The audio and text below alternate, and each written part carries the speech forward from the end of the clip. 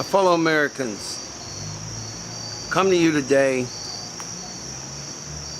with a very simple question. Very complex, but simple. The question is, are we free? Is any such nation truly free? And I bring that question up because I had the occasion to be in the Social Security Administration's office earlier today. That would be September the 15th, 2017. And the mere fact that every American must have a Social Security card, and in order to drive, we must have a driver's license. In order to travel, we must have a passport. And if we think about it, I don't believe our founding fathers and mothers, our founders, truly wanted to put us in an imprisoned society. Now, I don't know when the first Social Security cards or Social Security registration or anything of the like started. But I would debate anyone who says that you have a choice. I was in a debate earlier with one of the people that works at the Social Security office. And he said to me, you do have freedom. He disagreed with me. He said, we have freedom, we have the choice. But truly, I do not know if he understood the gravity and the complexity of what my statement was. We do not have a choice if it is a requirement. We can choose, as he put it, to obey the law or laws. However, the mere fact that there is the law means that we do not actually have the freedom. Then another customer interjected, what would I expect? Do I want chaos? The answer is no, I do not want chaos. But our nation has been compelled, brainwashed, and taught from indoctrination or whatever the word may be, indoctrination, I believe it is the word, to look at these liberty barriers and liberty ending in some ways as not just laws, but as almost patriotic. On the matter of the Social Security number, on the matter of these Patriot Acts and all these new acts, on the matter of driver's licenses, on the matter of passports, I say to you that when it is in fact no choice, rather a requirement, then it is not liberty, and in fact we have no freedom, which then requires us to ask if we are being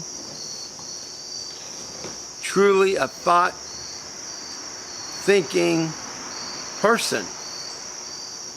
We must ask ourselves, what is it that constitutes liberty? What is it that constitutes freedom? If we must have a passport to leave and enter our own nation, then we cannot truly have liberty. If the majority of Americans are in financial slavery or servitude, we cannot have liberty. This man, with all due respect, has not lived long enough or thought deep enough to understand the gravities and the complexities of my statement. So what would be the answer?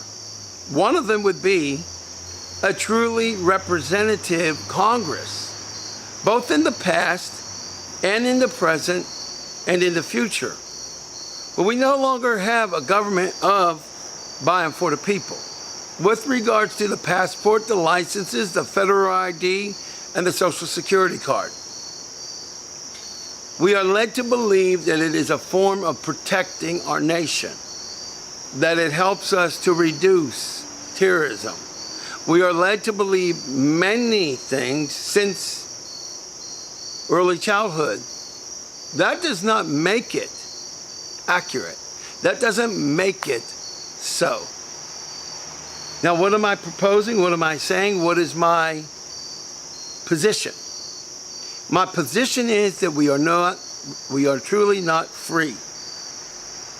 And that what we should do is require our members of Congress to have another constitutional convention.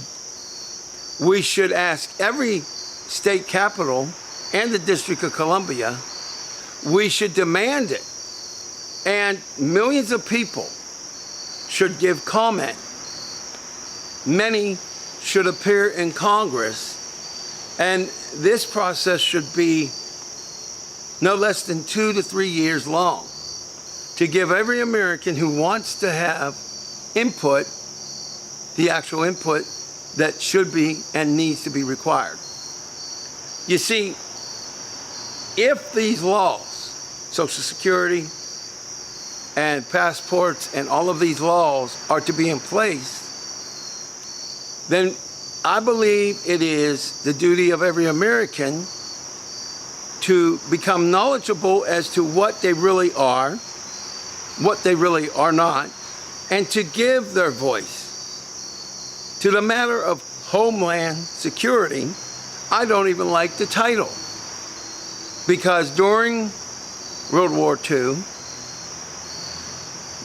the Nazis often used the homeland terminology. I do not want to live in a fascist America.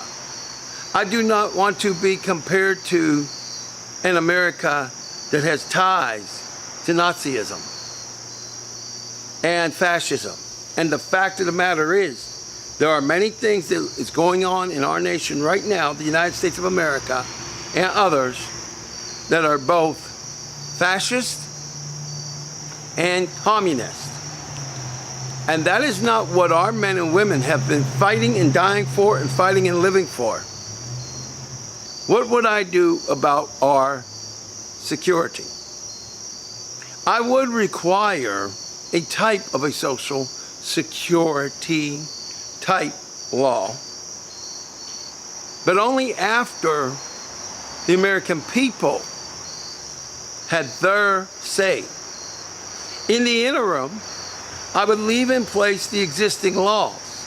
I would reform those laws, and I would not require a passport of a whole nation of people that are supposed to be free. Now, that said, there can be other measures to prove that you are an American citizen or a legal alien. There can be other loyalty associated tests, possibly. But to outright deny a person, an American, the right to go to Cambodia, the right to go to Canada, the right to go to Cuba, the right to go to, let's see, I don't know, Canton, over there in China, or Israel, or Italy, or Ireland, or Istanbul. That is wrong. If we are free people, that is wrong. On the matter of protecting us, do we not have one of the best militaries in the entire history of the world? Do we not have some of the best men and women serving in that military? Do we not have intelligence agencies? Do we not have police officers? Do we not have private security officers? We have been brainwashed into believing that these laws that take away our liberty is somehow helping us. If that were true, what about the cyber attack that just happened on Equifax? What about the fact that over 142 million Americans may have had their social security information, credit card, and other informations hacked? What about the fact that the Russians, it is known now, hacked not just Hillary Clinton's emails and into our election in 2016 for her, but on other levels? What about the fact that cyber terrorism is even more dangerous than physical terrorism, with one respect? What happened in 2001 happened to us 3,000 times. 3,000 of our fellow members of our family of America died, and friends. But 143 million Americans may have had their personal information stolen. We cannot, nor will we ever be protected by laws that restrict civil liberties. We must not have chaos, but we must have a constitutional convention. One that will allow hearsay for 2 years or more, and then have a series of finalized meetings with the United States Congress, with the president or future presidents of the United States. But we must make those changes. We are losing our liberty by the hour and by the second. The mere fact that everywhere we go, somebody records us, whether it is a private citizen or whether it is the United States government, whether it is your corporations or whether it is your hospitals. We have a hospital law dealing with medical records called HIPAA. But that law may keep your mother and your father from knowing your medical records, but does absolutely nothing from the government checking out your records, selling it to whomever they feel like it, or corporations. Do not be fooled. Do not be brainwashed. Do not be indoctrinated. I will not be a fool. I will not disbelieve the illusion. We are not free, sir. We are not free, ma'am. And I find that offensive to every man or woman that's ever served in the United States military. I find that offensive to George Washington, offensive to Abraham Lincoln, offensive to every president, and offensive to our founders, Benjamin Franklin, Thomas Jefferson, and all of those men, and the women, and the people that fought in the Revolutionary War. I find it offensive to the members of the Union who kept the United States in place. And on the matter of should we keep the monuments of the Confederacy, I say emphatically, throw them away. Destroy them. They represent terrorism.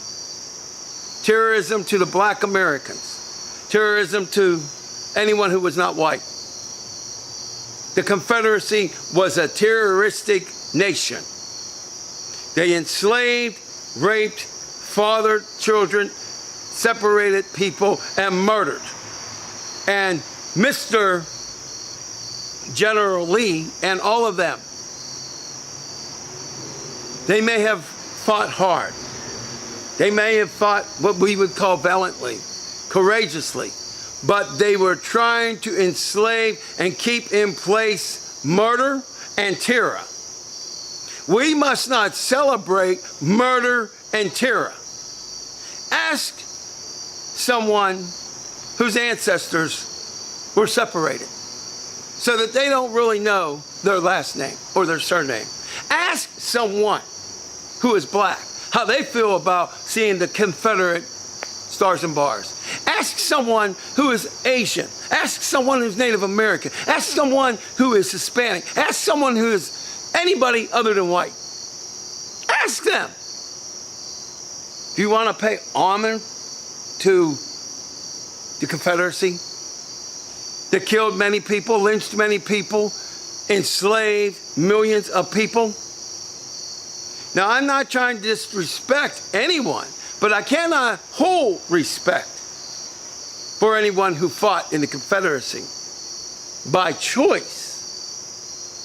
And I cannot hold respect or give respect to anyone who fought in the Confederacy at all, with one principal exception. If they were forced to, on the threat of death to themselves, or the threat of death to their families. That is the only one segment of society that I can say, you know, it wasn't your fault. But if Robert E. Lee can consciously decide to go with what he called his state and fight for a system of murder, separation, rape, and all the above, then I will not and can never honor Robert E. Lee, Stonewall Jackson, or any of those men. That is not to disrespect them, because I cannot, in a larger sense, disrespect them. They disrespected themselves the minute they enslaved any man or woman. And let it be known, many of our Union soldiers, Union generals, either had slaves or were sympathetic. They were also wrong. I hold no, what's the word I'm looking for? I hold no quarter or give no quarter to evil. America is a great nation. America is my nation. But America needs an education. Anyone who supports those monuments and those flags being anywhere, even in a museum, know that you are supporting terrorism. Know that you are supporting racism. Know that you are honoring men and women that enslaved people simply because of the color of their skin. Know the truth, my fellow Americans. You may not like my words. I expect if anybody watches this, I'll get some nice words. But understand this to the racists out there. Understand this to those who would say something bad to me. You have your rights of free speech, but you will do them, ma'am, you will do them, sir, on your own mechanisms, your own media, your own blogs. For if you put one disparaging word on me or my personal character, it's gone, baby. I will not accept evil from so-called leaders in the White House. Yes, Donald Trump, you are a racist. Yes, Donald Trump, you are disgusting. At real Donald Trump, you are the most despisable man and disgrace that has ever entered into that White House. You make some of the ones that I used to consider the worst in history, you make them look good. At real Donald Trump, I will do everything legally, peacefully, ethically, and financially to tell the world about you. To tell the world about you, Donald Trump. I am disappointed in you, Donald Trump. I used to have respect for you. But that went out the window. The invisible, metaphoric window. Make no mistake, my fellow Americans, I will stand tall, legally, peacefully, ethically, and financially. And I will not deny the truth. And honoring the Confederacy in any form is honoring terrorism. My name is Albert Torcaso. You have something to say to me, you don't like it, I dare you. Just like when you were a child, I dare you to man up and woman up and say it. But if you do, you stick to the facts. You do not attack, because if you do, it's out of here.